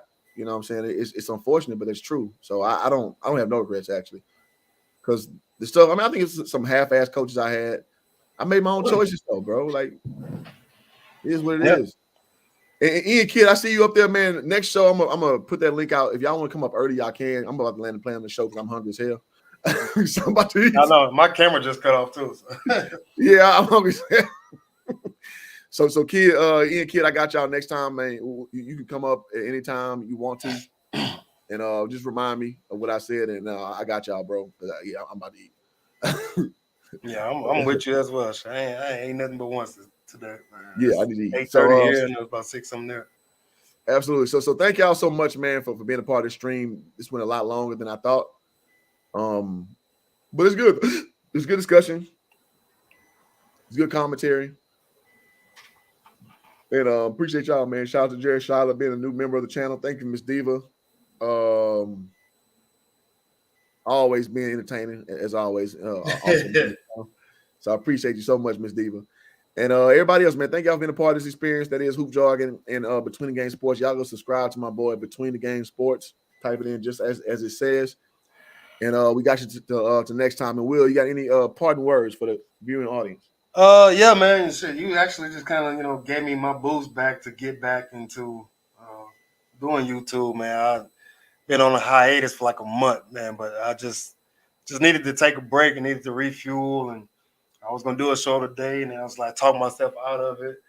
But I was just trying to get my health right, trying to get back working out, and getting back active, getting away from this sedentary lifestyle. And folks that do YouTube, man, it's hard to kind of piece that stuff into your life, your regular day life, and still do YouTube. So, man, it was good to get back up here and get back with the flow. So, shit, I'm ready to rock and roll again. Yeah, man. Listen, man, we live real lives, and honestly, I took a little 3-week hiatus over, getting my health right as well. So I totally understand, man. Like you get your momentum, and then you just like, I do one tomorrow. Next week. Mm-hmm. it really can get away from you. Yeah. But I try to say, Miss Diva, you need to get over your hatred of men. You need to get over that. I can refer you to a therapist, Miss Diva. But at any rate, man, thank y'all so much for being a part of this stream. And thank you, Will, for being a part of this. And until next time, we out. Peace.